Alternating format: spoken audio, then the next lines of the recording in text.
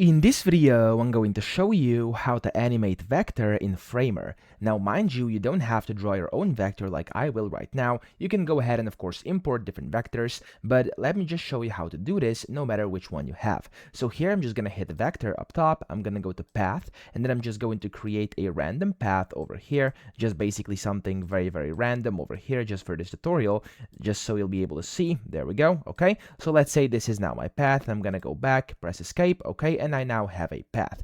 Now over here, as you can see, this is now basically just gray color, and it's a random path I created. If you do have a different vector, it's going to work the same way. So I'm just going to go ahead and set the stroke here and make it a bit more, there we go, colorful. And then you want to right click on your vector. So if you haven't done that, right click and then click on create vector set, because animating is only possible within vector set. So click on that, and it's going to open up like your vector and then your path over here in a separate layers tab. So when you're in here, you want to select the path of your vector, or if you have multiple paths, you want to of course select all of them. And then when you do that, here on the right hand side, it's going to pop up a menu which says effects. Now click on this plus icon and click on stroke, and whenever you do this here, you can play with the stroke effect. So you can play with the length, the gap, the offset, if you want it to loop or not. And then you could also go ahead and select the ease out or spring. That's completely up to you. I'm just going to leave it as ease over here. And now let's see what happens if I go ahead and click on the play up here.